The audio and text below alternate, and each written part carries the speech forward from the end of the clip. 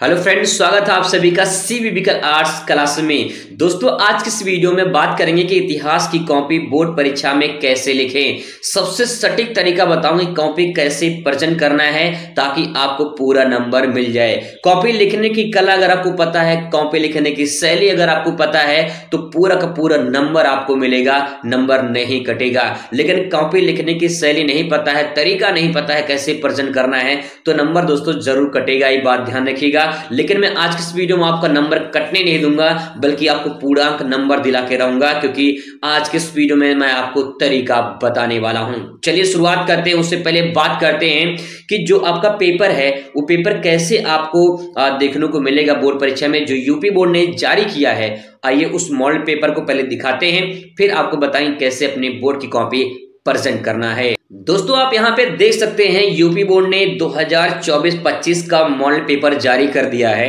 और यहां पे अगर निर्देश की बात करें तो सबसे पहले निर्देश आप देख लीजिए। इसमें 5 खंड रहेंगे। इसमें खंड का रहेगा 10 बहुविकल्पीय प्रश्न रहेंगे, और जो खंड खा है इसमें 5 अति लघु उत्तरीय प्रश्न रहेगा। खंड गा में 6 लघु उत्तरीय प्रश्न रहेंगे, और खंड घा में 3 विस्तृत उत्तरीय प्रश्न रहेगा, और अंगा में ऐतिहासिक तिथि तथा मानचित्र संबंधित प्रश्न आपके पूछे जाएंगे। तो यहाँ पे इस प्रकार से आपके खंड का में बहुविकल्पीय प्रश्न पूछा जाएगा। जो भी आंसर सही होगा इसका आंसर आपको देना है, ठीक है। और यहाँ पे जो है इसके बाद जो है आपका यहाँ पे क्वेश्चन जो आएगा वो रहेगा आपका अति लघु उत्तरीय प्रश्न। खंड खा से अति लघु उत्तरीय प्रश्न पूछा जाएगा। यहाँ पे इस प्रकार से आपको आंसर प्रेजेंट करना होगा। और इसके बाद खंड गा जो होगा यहां से लघु उत्तरीय प्रश्न पूछा जाएगा। ये 5 नंबर का प्रश्न होगा, और 5 नंबर का प्रश्न अगर को पूरा लेकर आना है तो कॉपी देख लीजिए कैसे लिखना है, मैं आपको आगे दिखाने वाला हूं। इसके बाद दोस्तों यहाँ पे खंड घा जो रहेगा इसमें लॉन्ग क्वेश्चन पूछा जाएगा। 10 नंबर आपको मिलेगा। 10 नंबर अगर आपको लेना है तो सही तरीके से कॉपी लिखना है। इसके बाद दोस्तों आपका सवाल यहाँ पे रहेगा, अगला रहेगा डेट से संबंधित जो ऐतिहासिक तिथियां होती हैं, जैसे 321 में क्या हुआ था, 78 ईस्वी में क्या हुआ था, ये आपको ध्यान में रखना है। और ऐसे ही क्वेश्चन आपको देखने को मिलेंगे। तो आगे बढ़ेंगे। इसके बाद जो है आपको मानचित्र संबंधी प्रश्न पूछा जाएगा। मानचित्र आपको एक दिया जाएगा, भारत का मानचित्र मिलेगा, और उसको जो है आप भरेंगे।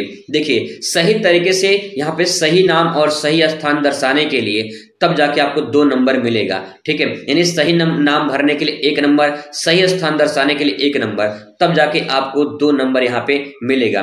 10 नंबर का मानचित्र होगा। मैं आपसे वादा करता हूं दोस्तों 100% की कि आपका 10 नंबर कोई काट नहीं सकता है, क्योंकि मैं जो आपको तरीका बताने वाला हूं वही आपको भरना है। और वैसे ही आप अगर भर देते हैं तो 10 में 10 पूरा का पूरा नंबर मिलेगा। और जितना क्वेश्चन कराऊंगा, जितना मतलब 10-20 नहीं, मुश्किल से जो भी क्वेश्चन यहाँ 5 क्वेश्चन पूछे जाएंगे तो मैं आपको 10-15 करा दूंगा, और उसी में से आपके पेपर में आएगा, ज्यादा नहीं, उसी में से आएगा आपका पेपर में, ठीक है। तो अब दोस्तों हम लोग आ चुके हैं कि कॉपी को कैसे प्रेजेंट करना है। तो मैं एक आपको उदाहरण के माध्यम से समझाने की कोशिश कर रहा हूं। सबसे पहले बहुविकल्पीय प्रश्न आप यहाँ पे लिख देंगे, और यहाँ पे प्रश्नोत्तर नंबर लिखेंगे। जो भी आपका आंसर सही होगा, ठीक है, उस आंसर का नंबर यहाँ पे लिख देंगे कि डी सही है, कि ए सही है, कि बी सही है। यहाँ पे लिखने के बाद इसको सही कर देंगे, बस इतना काम करना है। और उसके बाद जो है आपको 1 नंबर यहाँ पे एग्जामिनर दे देगा, ठीक है। अब आगे जो करना है वो मेन पॉइंट है, उसको ध्यान रखिएगा। देखिए सबसे पहले दोस्तों यहाँ पे ध्यान रखिएगा कि जब आप एक क्वेश्चन लिख दे तो दूसरा जो क्वेश्चन लिखें तो कम से कम 1 लाइन 2 लाइन की गैप छोड़ दीजिए, ताकि जो है अलग अलग दिखाई दे और साफ सुथरा दिखाई दे। और उसके बाद यहाँ पे देखिए दूसरा जो क्वेश्चन मैंने लिखा है तो यहाँ पे नीचे भी 1 लाइन गैप है, और यहाँ पे देखिए 1 लाइन का गैप है, ताकि दोनों स्पष्ट रूप से अलग अलग दिखाई दे। और यहाँ पे इस प्रकार से एग्जामिनर चेक करेगा, आपको 1 नंबर यहाँ पे इस प्रकार से मिल जाएगा। ऐसे कॉपी चेकिंग होती है और ऐसे आंसर का आपको लिखना है, ठीक है। तो देख लीजिए ऐसे बहुविकल्पी आपको प्रेजेंट करना है इस प्रकार से, और आप लिखेंगे तो पूरा नंबर आपको मिलेगा। अब इसके बाद दोस्तों आपसे पूछा जाएगा अति लघु उत्तरीय प्रश्न। मान लीजिए प्रश्न उत्तर नंबर संख्या 11 है तो 11 लिख देंगे, जो भी रहेगा आप वहां पे लिख देंगे। मान लीजिए क्वेश्चन पूछा गया था लोथल की पुरस्थल की खोज जो है किसने की थी, तो यहाँ पे लिखेंगे SR राव जो है 1955 में, ठीक है। 1955 में SR राव लोथल की खोज की थी। और थोड़ा सा मैं ट्रिक पॉइंट आपको बता दे रहा हूँ याद करने के लिए। मान लीजिए क्वेश्चन अगर पूछ लेगा तो आप इसे कैसे प्रेजेंट करेंगे। देखिए आप एक कहावत सुने होंगे कि उम्र 55 का दिल बचपन का। भाई उम्र 55 का हो जाए लेकिन फिर भी दिल कैसा होना चाहिए, बचपन का होना चाहिए। तो उम्र 55 का और दिल बचपन का किसका है, SR राव का है। ठीक है, किसका है, SR राव का है। तो ध्यान रखिएगा, लोथल की खोज SR राव ने, उम्र 55 के दिल बचपन के। तो आप इस प्रकार से थोड़ा सा ऐसे रिदम में याद कर सकते हैं। आगे बात करेंगे, यहाँ पे क्वेश्चन नंबर इससे 12 पूछा है। तो अब यहाँ पे क्वेश्चन आप देख लीजिए, यहाँ पे लाइन गैप है, ठीक है, इसके बाद यहाँ पे लाइन गैप है। कम से कम आप एक लाइन की गैप तो जरूर करेंगे और 2-3 लाइन की गैप आप कर सकते हैं, 3 से ज्यादा भी नहीं होना चाहिए। ठीक है, ऐसा एग्जामिनर को ना लगे कि आपने पूरी लाइन छोड़ दी है। तो यहाँ पे इस प्रकार से देखिए, अस्पष्ट लिखेंगे और इसके बाद जो है क्वेश्चन नंबर लिखेंगे। यहाँ मान लीजिए प्रयाग प्रशस्ति के बारे में पूछा है, तो प्रयाग प्रशस्ति के बारे में लिखेंगे कि प्रयाग प्रशस्ति क्या है। हरिसेन द्वारा रचित प्रयाग प्रशस्ति में हमें समुद्रगुप्त के दिग्विजय और उसकी महत्ता के संबंध का वर्णन मिलता है। यानी जो प्रयाग प्रशस्ति है ये एक ग्रंथ है जो हरिसेन के द्वारा रचित है, पहला पॉइंट। दूसरा, इस प्रयाग प्रशस्ति में समुद्रगुप्त के दिग्विजय मतलब कि समुद्रगुप्त के विजय की कहानी, उसके साम्राज्य, उसके महानता के बारे में बताया गया है। ठीक है, आगे देखिए, इसे इलाहाबाद स्तंभ अभिलेख के नाम से भी जाना जाता है। अब यहाँ पे प्रयाग प्रशस्ति की जगह अगर आपसे पूछ ले कि इलाहाबाद स्तंभ अभिलेख क्या है, तब भी आंसर यही होगा कि हरिसेन द्वारा रचित प्रयाग प्रशस्ति या इलाहाबाद स्तंभ है, जिसमें समुद्रगुप्त के दिग्विजय या उनकी महानता के बारे में वर्णन किया गया है। इस प्रकार से लिख देंगे, काम हो जाएगा। इसके बाद क्वेश्चन नंबर जब अगला आएगा तो देखिए यहाँ पे 2 लाइन का गैपिंग है और फिर इसके बाद यहाँ पे आपको अगला क्वेश्चन प्रेजेंट करना है। अब यहाँ पे क्वेश्चन पूछा गया 1857 का विद्रोह की शुरुआत कब हुई थी। तो अगर आपको पता है तो लिख देंगे 10 मई 1857 क्रांति जो है मेरठ से शुरुआत हुई थी और मेरठ पड़ता है आपका यूपी में। तो यहाँ पे इस प्रकार से लिख देंगे। अब यहाँ पे देखिए कुछ लाइन यहाँ पे बच गए थे लेकिन मैंने यहाँ पे क्वेश्चन नहीं लिखा। नए क्वेश्चन नए पेज से आपको प्रेजेंट करना, एक बात ध्यान रखेंगे।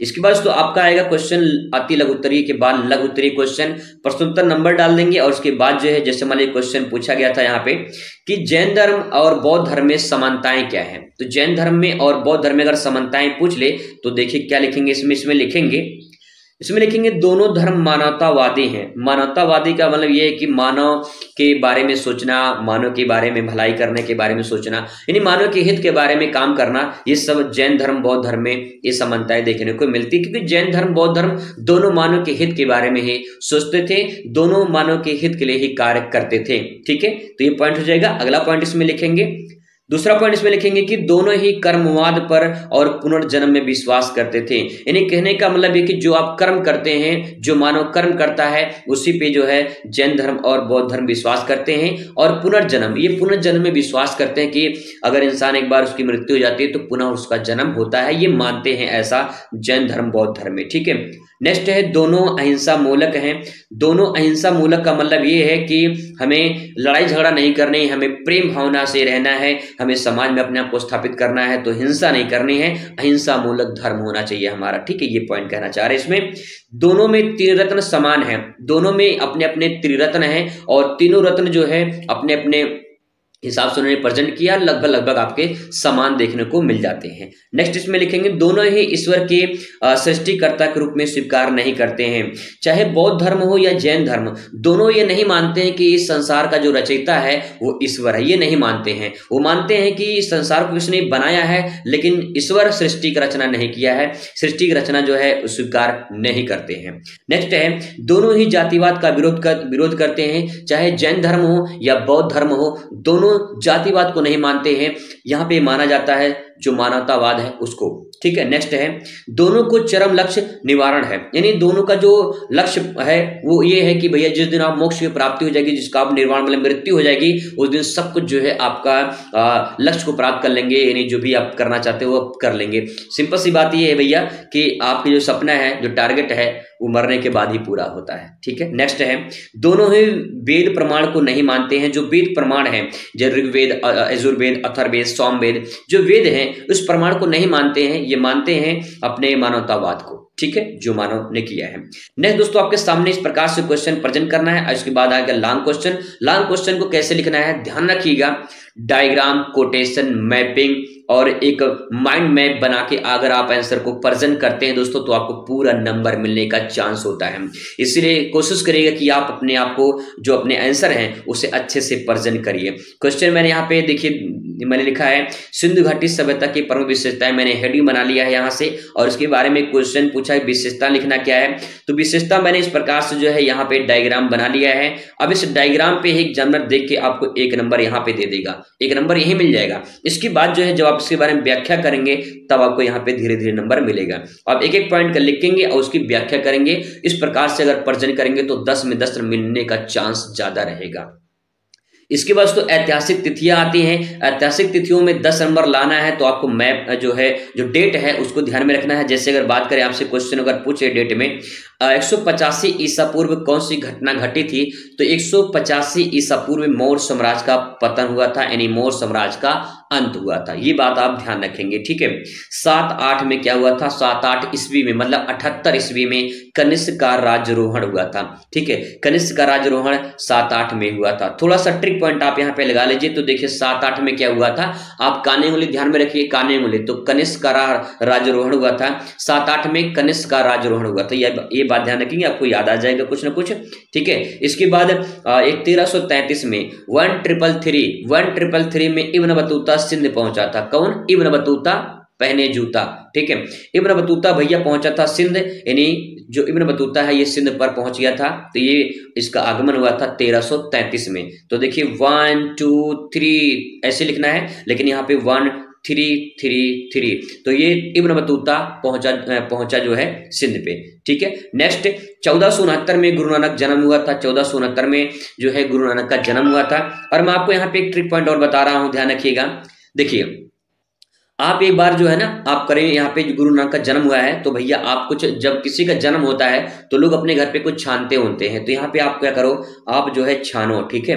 आप जो है छानो, कुछ ना कुछ छानो, चाहे पकौड़ी छानो, चाहे जो है कुछ भी छानो भाई, छानो जरूर। तो छानो को ध्यान से अगर पढ़ेंगे ना तो देखिए 6 और 9 निकल कर आएगा, 69 निकल कर आएगा, ठीक है। 69 निकल कर, तो 1469।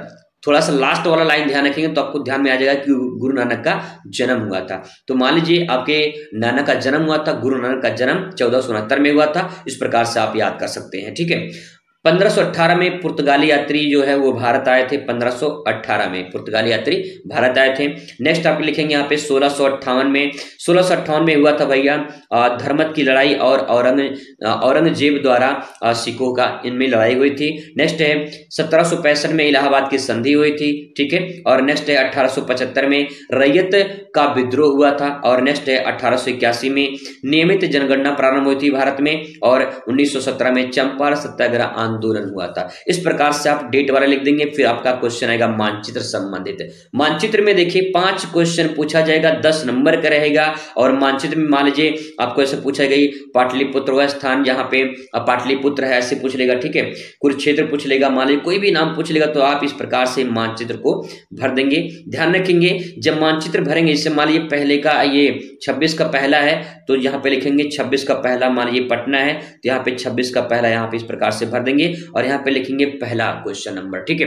क्वेश्चन नंबर जरूर डालेंगे तभी जो है आपका आंसर परफेक्ट हो पाएगा। इस प्रकार से मानचित्र भर देंगे तो यहाँ पे आपका नंबर मिल जाएगा। मानचित्र की प्रैक्टिस मैं आपको कराऊंगा, 10 में 10 नंबर आपको कहीं जाएगा नहीं, बिल्कुल 100% मैं आपको सही तरीका बताऊंगा मानचित्र भरने का। इस प्रकार से आप देख लीजिए, ठीक है। तो दोस्तों इस प्रकार से देख लीजिए पूरा का पूरा पेपर पैटर्न आपको ऐसे ही सॉल्व करना है। और अगर आप ऐसे सॉल्व करते हैं तो आपको पूरा नंबर मिलेगा, ठीक है। चलिए मुलाकात करेंगे अगली वीडियो में, तब तक खुश रहिए, मस्त रहिए, जिंदगी में सुस्त रहिए। धन्यवाद।